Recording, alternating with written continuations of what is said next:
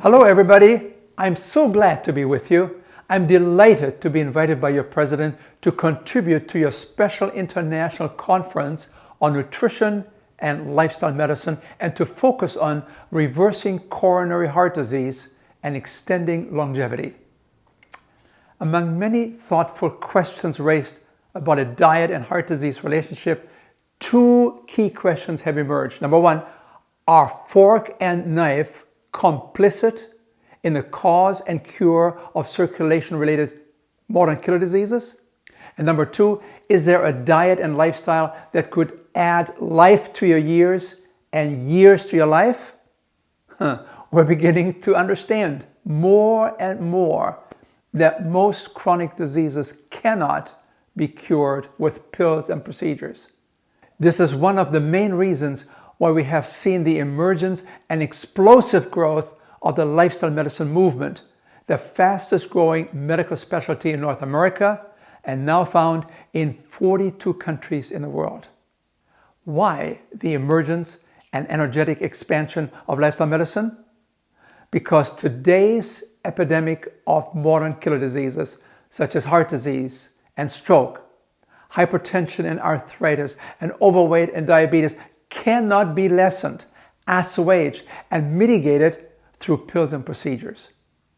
The best modern medicine can do is improve the quality of life by managing symptoms. But cures for these chronic diseases are rare and elusive. Well, take coronary heart disease. You get your medications, you get your procedures such as bypass surgery and stents, and yet the underlying disease process continues. Regardless of all those medical treatments, you're going to die with heart disease because we have not found a medical cure for its underlying pathology. Or take diabetes. You had pre-diabetes for 5 years, but you didn't know about it. It developed into full-fledged type 2 diabetes, and eventually you got the diagnosis of the ill. And it was then matched with a pill. But before too long, the dose had to be increased. More medications had to be added, ending with insulin injections. Did these medications stop the diabetes?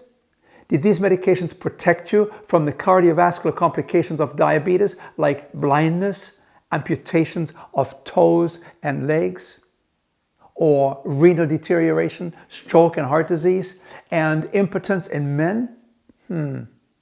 Despite more pharmaceutical interventions, diabetes today continues unabatedly because we have no medical cure for diabetes. On the other hand, the scientific evidence points out that our modern killer diseases, such as heart disease and diabetes, can be successfully treated, reversed, and cured. And how would you do that? How would you cure heart disease or hypertension or diabetes? How would you cure arthritis? Check the board-certified medical specialty of lifestyle medicine. They'll tell you you have a great chance to do it with an enlightened, health-promoting lifestyle. You do it with intelligent self-care. This prominently involves a simple, more traditional diet of foods as grown. It involves also consistent progressive exercise and sufficient rest and sleep, avoidance of alcohol and tobacco, and becoming a kinder and nicer person. These are the pillars of lifestyle medicine, health-promoting habits that will activate the body's innate ability to begin to heal itself. Well, let's briefly review the role of fork and knife as weapons of mass destruction in the etiology of common chronic diseases. Did you know that most of our modern killer diseases were difficult to find some 100 years ago in the United States? Look at Dr. William Osler's book published in 1928. He reported that heart disease was so rare that one was lucky to find one heart attack a year in a hospital in an average-sized town. But look at the change. Today, we register some 3,000 heart attacks a day, with cardiovascular disease in America now being responsible for 30% of all deaths, with the percentage of cardiovascular deaths also having steadily increased over the last 30 to 50 years around the world. Look at the change in the width of our chairs in America. From 1900 to 1970, over a period of 70 years, the width of the average chair hardly changed from 43 to 45 centimeters. But then, suddenly, we're now at 61 centimeters. America has emerged larger than ever, so that now 74% of the adult population is either overweight or obese. And with obesity, you must be concerned about diabetes, which has increased by 300% within 30 years, doubling every 10 years. And with obesity, you must also be concerned about high blood pressure, heart disease, arthritis, asthma, sleep apnea, and certain adult cancers, which are all promoted and fueled by excessive weight. Look at the increase in the incidence of breast cancer. In 1960, 1 in 20 women would develop breast cancer in a lifetime. That has now increased to 1 in 7 women, a 300% increase within 50 years. The question then is, with all the advances in medical technology, in diagnostics and in emergency care, and advances in dealing with episodic diseases such as most infectious diseases, why do we have such an unprecedented increase in these chronic diseases, especially during the last 50 years? Could it be related to the dramatic changes in the American food supply, where palate titillating taste sensations have become the envy around the world? Look at the changes in the macronutrients, where fats and refined carbohydrates and animal protein have substantially increased. Take a look. Along with the increase in the national gross domestic products, the income of a society, the diet composition of a society begins to change. Potatoes turn into potato chips. Corn turns into corn chips. Beans turn into burgers, and oats become Oreos. Whole grains then become refined flour for pizzas, donuts, cookies, and cakes. And water is replaced by Coca-Cola and other soda drinks. And to enhance their flavor and the level of addictiveness, common and traditional foods have become adulterated with excessive amounts of salt, sugar, and fat, and affecting the pleasure centers of the brain. The outcome has been the globalization of the American diet composition that you see on the right-hand side of the graph, mostly consisting of fats, the red and pink colors, and sugar, the yellow color. At the same time, over time, you see a significant increase in protein, that's the blue color, mostly from animal sources, and a decline in whole food starch, that's the green color, which has dwindled precipitously and has been largely replaced with refined white flour starch. And to unpack this major change in the American diet composition, we need to look at two major dietary shifts. Beginning with the 1970s, whole foods became industrialized products, stripping them of their nutrients and fiber while increasing their caloric density. We shifted from slow foods to fast foods, and from eating at home to eating out. A new industry came into full bloom devoted to the refining, processing, and engineering of new foods. This created new flavors and titillating tastes.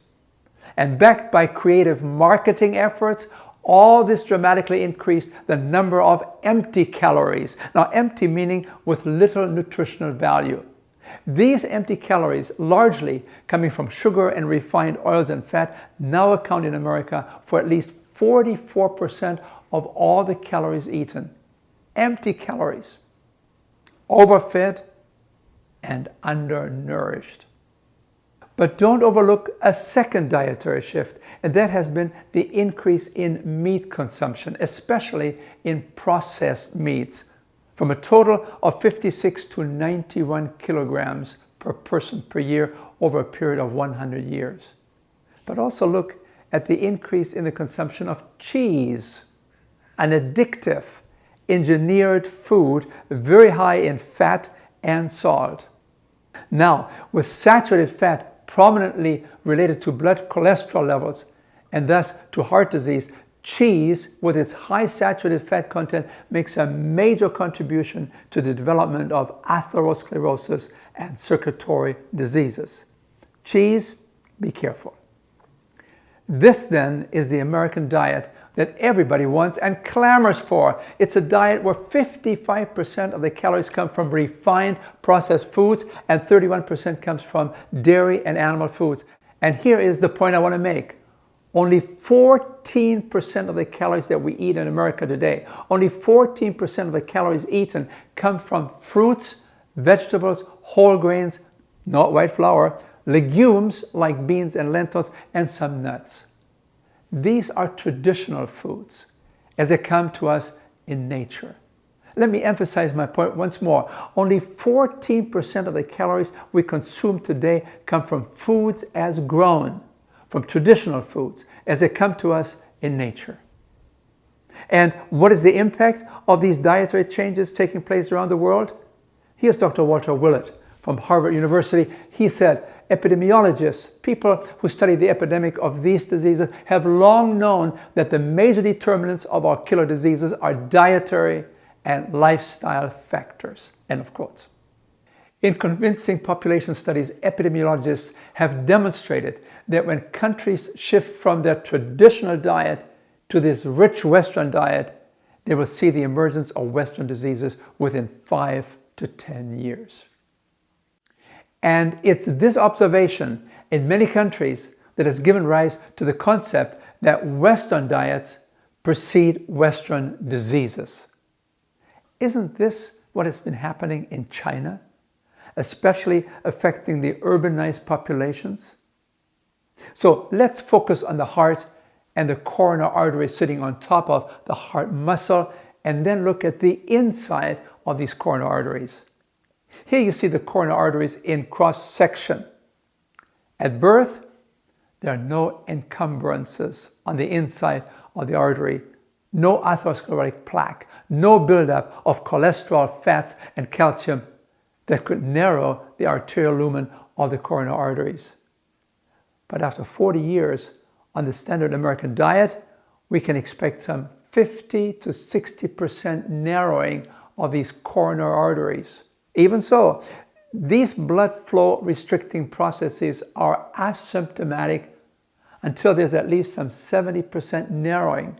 You will never know that you have heart disease because it is asymptomatic until you have about at least 70% narrowing. That's why, all too often, for some 40% of the people, the first sign of heart disease is sudden death. However, the underlying pathology called atherosclerosis is not only affecting the coronary arteries, atherosclerosis is systemic. It affects all major arteries from the top of the head all the way down to the feet. There are many diseases in many different locations with many different names treated by many different specialists, but there's only one major underlying pathology, and that is atherosclerosis, which then expresses itself as myocardial infarction or angina pectoris when affecting the coronary arteries, or as stroke, senility, memory loss, hearing loss, visual loss when affecting the arteries of the brain. All of these are circulation-related illnesses. They are vascular diseases, including hypertension prominently related to the renal arteries, as well as gangrene, intermittent claudication, and degenerative disc disease. But then you also must be concerned about erectile dysfunction or impotence.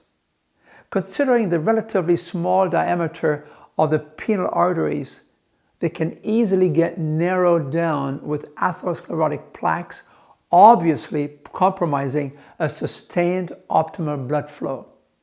Thus, erectile dysfunction or impotence can become one of the earliest presentations of vascular disease. It becomes a harbinger, a forerunner, an early announcer of an emerging generalized atherosclerotic presence. Are there any antecedents or predictors for these circulatory diseases? What drives this underlying disease process called atherosclerosis and its inflammatory aspects? Are there any risk factors? Well, take a closer look at this risk arch. The higher the risk factor is located on this risk arch, the more powerful it is in driving this disease.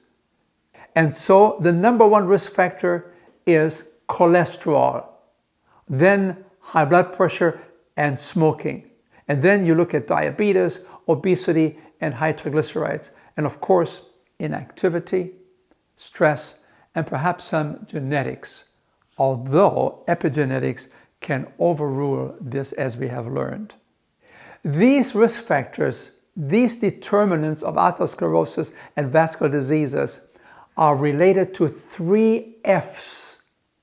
The first F is the fork, the diet, as designated here by those yellow stars, prominently related to 5 of the 8 risk factors. The second F is for fingers, that's smoking.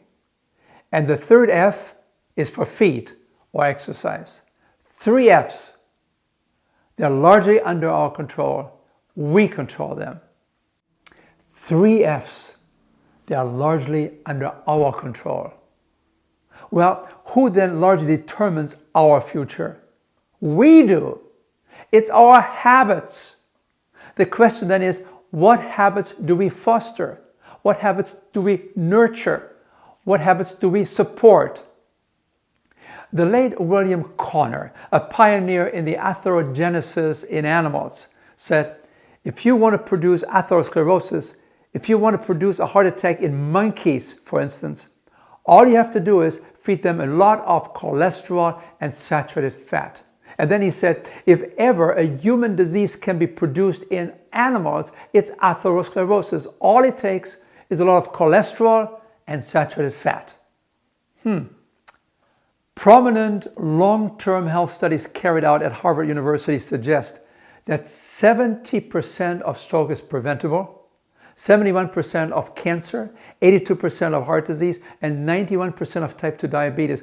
Totally preventable if we could make some lifestyle changes, and experts estimate that some 80% of these modern killer diseases could be prevented by making significant changes in diet and exercise.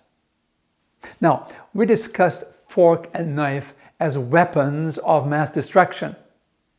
What would happen, however, if we used fork and knife differently? Could we possibly discover them as instruments of hope, health, and healing in arresting and reversing our lifestyle-related chronic diseases? Let's look at what happened to President Clinton. In 2004, at the age of 58, the president underwent quadruple coronary bypass surgery because of chest pains. 6 years later, in 2010, with recurring chest pains, he underwent a double stenting to keep the restenosing arteries open. I was lucky I didn't die of a heart attack. Former President Clinton, like too many people, was busy. And for years he ignored warning signs from his heart. But in 2004, during an exhausting book tour, there was something different. I had a real tightness in my chest when I was getting off the airplane, and it was the only time I'd had it unrelated to exercise. We're here outside New York Presbyterian Hospital. In just a couple of hours, President Bill Clinton, former president, is scheduled to undergo surgery. So I immediately went down to our local hospital, and they did a test. They said, you got real problems. They hustled me down to Columbia Presbyterian, and they confirmed the determination that I had serious blockage and needed the surgeries. The doctors immediately knew options were limited. The 58-year-old Clinton needed to have his chest opened, his heart stopped, and surgery performed. There's no medical treatment for reversing the obstructions that have already formed in his blood vessels. I got Hillary and Chelsea there, and all I remember is it was happening fast, and Everybody who cared about me was scared, and I felt rather serene. I thought, gosh, we dodged a bullet. I didn't have a heart attack. On Labor Day in 2004, Mr. Clinton had 4 blood vessels bypassed. Starting this morning around 8 o'clock, he had a relatively routine quadruple bypass operation. We left the operating room around noon, and he is recovering normally at this point. So I think right now everything looks straightforward. Another life saved. Really? Do we have a cure for heart disease? Will bypass surgery be the answer, the cure for President Clinton? Yeah, 6 years later, he is readmitted to the hospital with recurring chest pain. With his reputation of being a big lover of fast foods and now being in the hospital again, his cardiologist at New York Presbyterian Hospital wanted to protect the president from being seen as the victim of his own dietary lifestyle. And so he made the statement that this hospitalization was not the result of his lifestyle or his diet. No. Come. What we must remember is that heart disease is a chronic condition, he said. We don't have a cure for this condition, but we have excellent treatments. Well, let's take a look at these medical treatments. Medical technology provides indeed many successful outcomes for acute and episodic diseases that come and go. We are unexcelled in diagnostics and in emergency care, and for heart disease, we have many treatments, but cures are rare and very elusive. Take bypass surgery. This year in America, we will do some 400,000 of these major surgeries.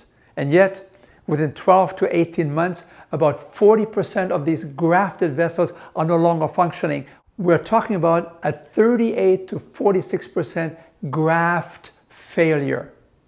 The graft has become affected by atherosclerotic plaques because apparently very few, if anyone, has told these patients, look, you have been given a second chance. And now you must really take advantage of that. If you want to keep these grafted vessels open and prevent the other arteries from clogging up, then you must stop smoking. You must get into a daily exercise program. And you must become committed to follow a more traditional diet that's whole food, plant-based. So limit your cholesterol and your fat intake. It is critically important. In a major Newsweek magazine article, the authors made the argument that probably 80% of these bypass surgeries could be avoided, could be replaced, could be taken care of in a different way through a lifestyle medicine approach. They refer to the research studies of Drs. Ornish and Esselstyn, who had reversed and scientifically documented that these atherosclerotic plaques in the arteries did indeed begin to melt down. They regressed, and often within less than a year. Well, amazing, isn't it? But what about statin drugs? They may be helpful in secondary prevention of heart disease, but disappointingly ineffective in primary prevention. Large studies have shown that these drugs lower the cholesterol by some 30%, but this pharmaceutical cholesterol lowering did not protect the heart or extend the life expectancy of a patient in this high-risk primary prevention setting. And here is the editorial in the Journal of the American Medical Association by the editor. She wrote, "We have underestimated the risk of statin drugs, approaching 20% of patients at risk for muscle aches and pains and at risk for developing diabetes and memory loss." And then she continued, "If we give 100 men who never had a heart attack before, if we give these 100 men these statin drugs for 5 years, we might expect to prevent how many? 1 to 2 heart attacks." Imagine you take 100 men at risk for a heart attack and you give them these statin drugs to lower their cholesterol by 30% for 5 years, and what you might get is a likely benefit of preventing 1 or at the most 2 heart attacks in 5 years of using these medications. And then she asked the rhetorical question, well, what shall we do? And she answered, a healthy lifestyle, a simple diet, and daily exercise. On the other hand, the pharmaceutical mantra, for every ill there is a pill, may have been successfully used with many infectious diseases. I mean, we can stop a urinary tract infection in 10 days with antibiotics. We can do the same thing with bronchitis. 10 days and the bacterial infection is gone. And so, when it comes to chronic diseases, however, people have similar expectations. But most chronic diseases are not caused by some bacterial pathogen that an antibiotic drug can knock out within a couple of weeks. No, our modern killer diseases are largely diet and lifestyle related. They relate largely to our habits. Have we perhaps oversold the idea that for every ill there's a pill? Look at the data from the American Centers for Disease Control. It shows that prescription drugs were responsible for 246,000 fatal adverse drug reactions. This makes prescription drugs the number 3 cause of death in America, responsible for 11% of all American deaths. So take a look at this picture. What do you see? Well, you see people in green uniforms, and they're all having mops in their hands. I see water on the floor, lots of it, and they're trying to keep the floor dry. They are so devoted to their task that they may even forget to make time for their families or to play golf. They are just devoted to only one thing in their professional life, to keep the floor dry. They're even passing out umbrellas to keep people that are there to keep them dry. But take a closer look. What's the problem? What's the real problem? What's wrong with this picture? Well, would it not be smart to look for the cause of the flooding, namely the leaking pipes?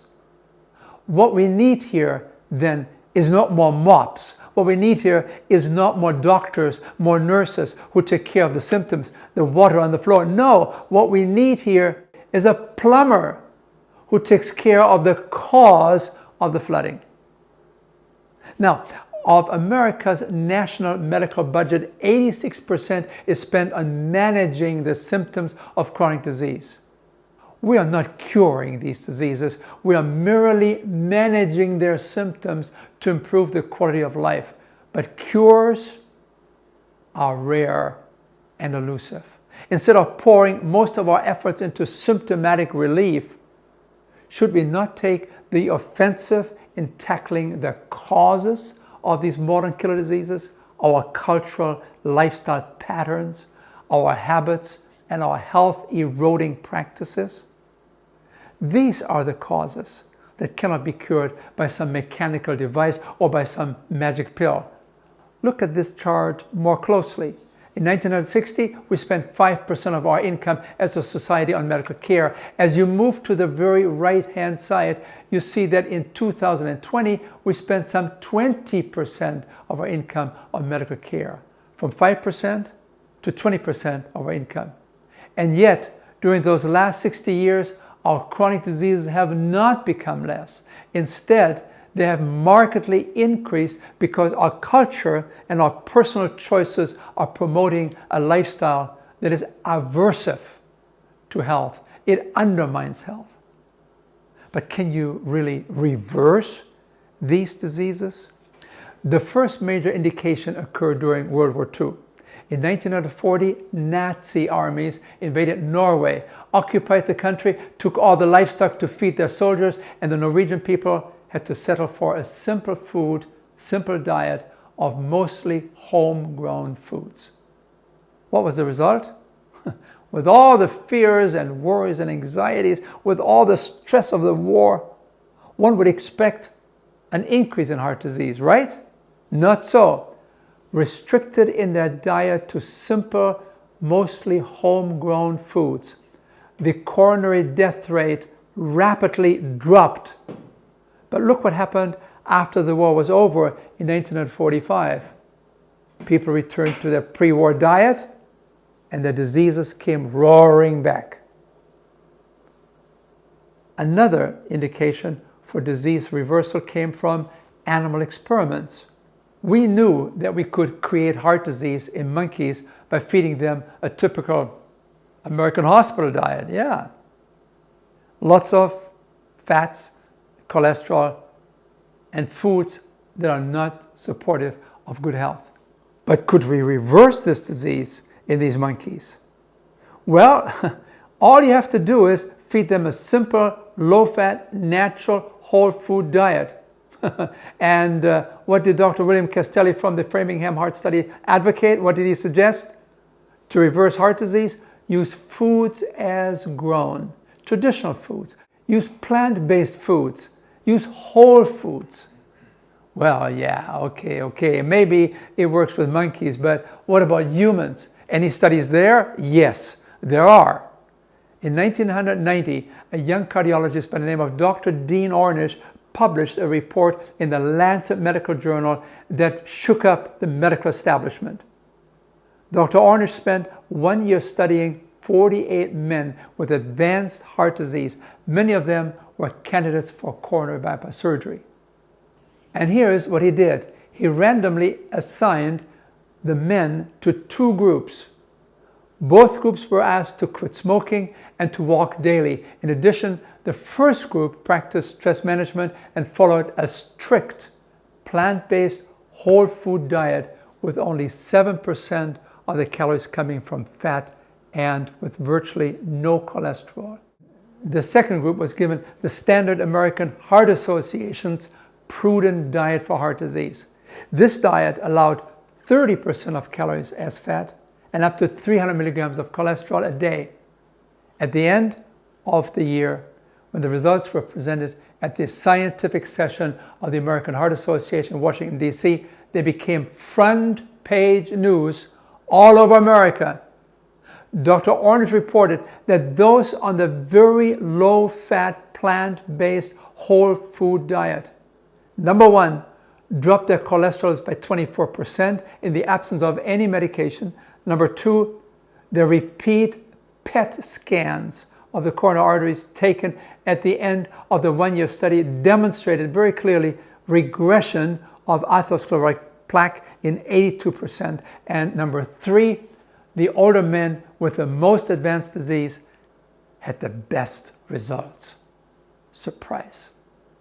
Dr. Ornish was able to present scientific evidence that narrowed plaque-filled arteries had widened, allowing more blood and oxygen to nourish the heart muscle.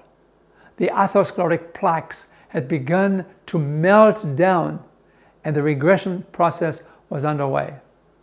Now, the group on the so-called prudent diet, however, the second group, had a mere 5% drop in cholesterol, and 53% of their coronary arteries actually showed a progression in their plaque buildup. It got worse. At a press conference, Dr. Ornish then concluded, the moderate diet recommendations of the American Heart Association do not go far enough to effectively influence the progression of coronary artery disease. People with clinically demonstrated disease need to go beyond the present dietary moderate recommendations. Here's a statement to summarize Dr. Ornish's work with heart disease. Dr. Ornish has scientifically proven that people can open their blocked arteries without drugs or surgery. He guides them through a rigorous lifestyle program. Here, the key issue is a very simple plant-based diet with a focus on whole, unprocessed foods, foods as grown, traditional foods. Another physician who advanced the concepts of diet-related reversal of heart disease was Dr. Caldwell Esselstyn. He was a well-known thyroid surgeon at the famous Cleveland Clinic. In the 1980s, he changed his emphasis in his practice and became involved in educating patients of how to reverse coronary artery disease.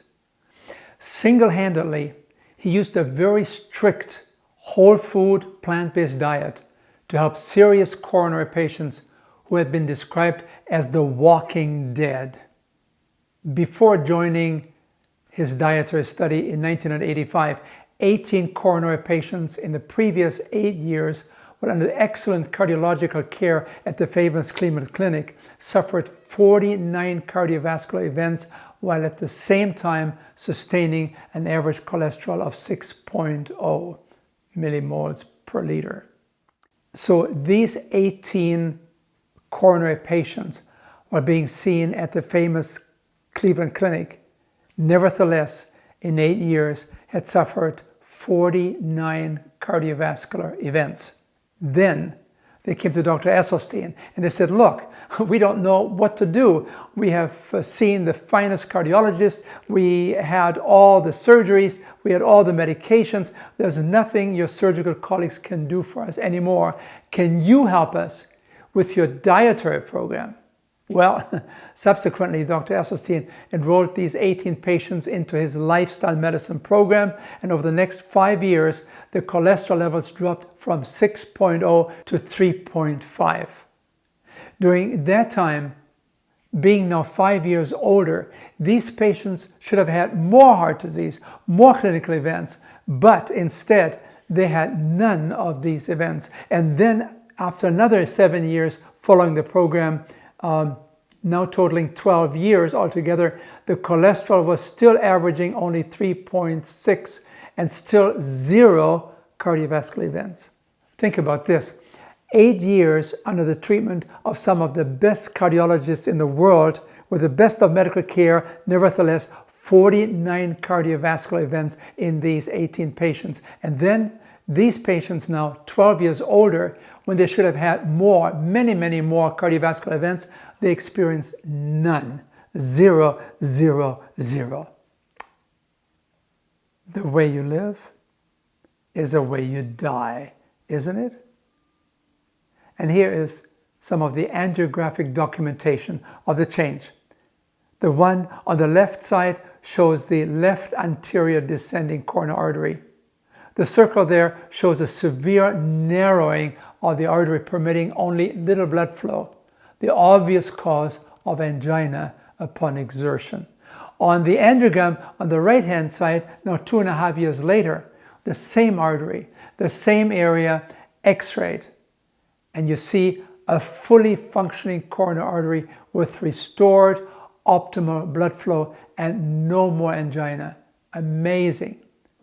So when angina patients follow a strict program using a very low-fat, plant-based traditional diet, angina pain usually diminishes within weeks in that such a diet decreases blood viscosity. This change in the blood viscosity then facilitates greater blood flow and better myocardial oxygenation. Dr. Esselstyn's 20-year follow-up program on his 18 patients has been published in his book, Prevent and Reverse Heart Disease. Now, we have known now for years that much of today's coronary heart disease can be prevented. But it's exciting to realize that under the proper condition, it is now possible to also reverse and cure heart disease. These revolutionary studies suggest that given the proper diet, we may be able to eat ourselves out of heart disease. Are you ready to take another look at President Clinton after his heart surgeries? Let's take a look. How did you lose so much weight? What kind of diet are you on? Well, the short answer is I went on essentially a plant-based diet. I live on beans, legumes, vegetables, fruit, no dairy, and it changed my whole metabolism, and I lost 24 pounds, and I got back to basically what I weighed in high school.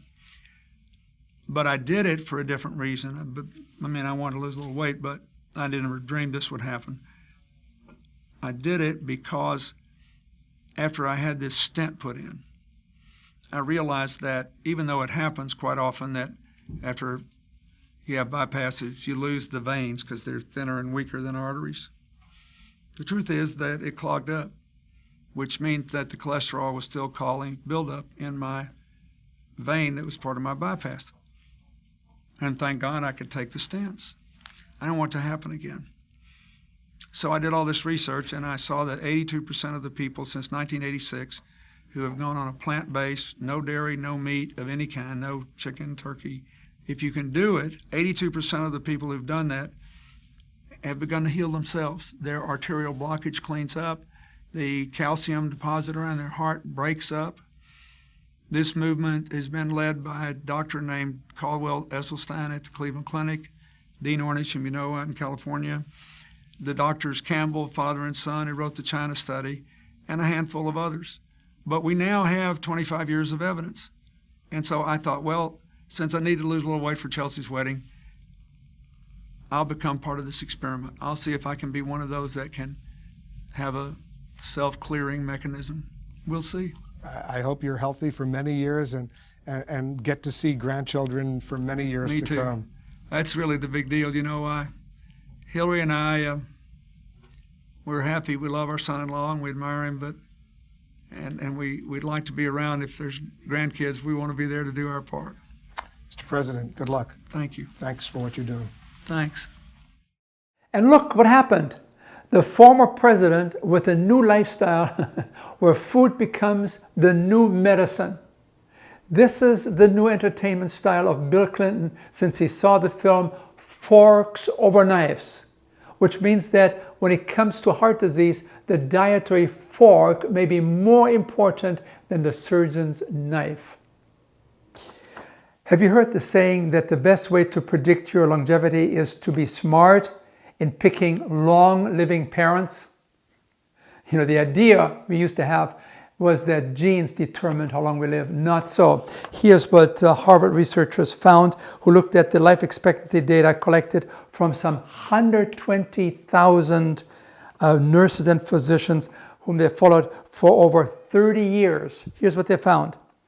They estimate that women who practiced 5 simple health habits could expect to live an extra 14 years beyond their life expectancy, while men would live an extra 12 years. The question is, what were these 5 health habits that would give you an extra 12 to 14 years? Well, here they are. Number 1, eating a healthy diet, they found. Number 2, exercising regularly. Number 3, keeping a healthy body weight. Don't be overweight. And number 4, low or no cholesterol. And number 5, no smoking. And what a joy for me to see lives turning around with more than 110,000 graduates from our 30-hour video-delivered complete health improvement program, CHIP for short, and with more than 50 articles published in peer-reviewed medical journals. Here are some dietary recommendations for your consideration. I mean, really, we need a new cow. Low in calories, no cholesterol, no saturated fat, and high in nutrients and high in fiber. This is what it looks like in actual numbers. The contrast between the standard American diet and the more optimal diet is obvious. You want to decisively reduce your fats and oils from about 100 grams on the average to no more than 40 grams. And your cholesterol from 400 milligrams to less than 50 milligrams. Of course, if you are choosing to be a total vegetarian, then your cholesterol intake will always automatically be 0. Now, when it comes to the consumption of added sugar, cut back from the average 35 teaspoons to less than 10 teaspoons a day. And cut your daily salt intake of 10 grams at least in half. And what about fiber? With all those refined and engineered foods, most Americans only get about 10 grams of fiber. A more traditional Chinese diet, however, may contain 40 to 60 grams of fiber. With that, a lot of constipation would disappear almost overnight, and our immune system would be much stronger. Now, when it comes to water, well, drink more. So a more optimal diet then would focus on a wide variety of plant-based whole foods. These foods are low in calories but high in nutrients, and they're best eaten without all the added fats and oils, sugars and salt. It's a diet that is respectful of traditional Chinese foods, that keeps refined, processed and engineered foods at a minimum. And if you insist on eating animal products, it's best to use them only as a seasoning or as a condiment in small amounts rather than as a main part of a dish. Now, for some of you who may have already left behind your traditional Chinese diet, it may be almost too hard to make that big jump all at once to return to your more traditional diet. Well, I understand. I do. On this red and green graph, you have on your left side the typical American diet: meat, dairy, eggs, processed foods, alcohol, and caffeine. At the same time, you also have listed here at the top the worst health outcome and the shortest health span and the shortest lifespan. These are the American diseases, the chronic diseases. But then, as you move towards the right hand of the graph, towards the full green triangle, you begin to eat less and less of the foods in the red triangle, and you begin to eat more and more foods in the green triangle, where the emphasis is on a more traditional Chinese diet with plenty of fruits and vegetables, whole grains, lots of beans and tofu, and some nuts and seeds, and plenty of water. And when you look at the top on the right hand side, that's where you will also have the best health outcome and the longest health span and the best longevity, especially as you couple this with daily exercise and stress management and the avoidance of risky substances like tobacco and alcohol. Here's Dr. Dean Ornish. He wrote, "What's good for you and your health is also good for our planet, and it's good for the animals." Although heart disease and diabetes will kill more people each year worldwide than all other diseases combined, these diseases are completely preventable and even reversible for at least 90% of the people today if they change their diet and lifestyle. So, we have a choice. Moving towards a plant-based whole food diet seems to me a very responsible and enlightened choice on a planet that is fighting for its survival. Fork and knife, they're either weapons of mass destruction or they can be instruments of a healthier, happier, and longer life.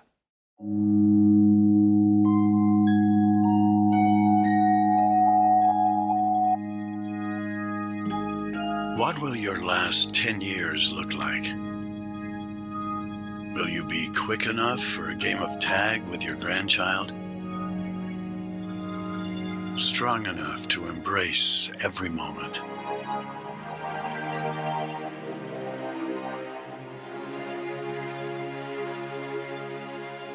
Will you grow old with vitality? Or get old with disease?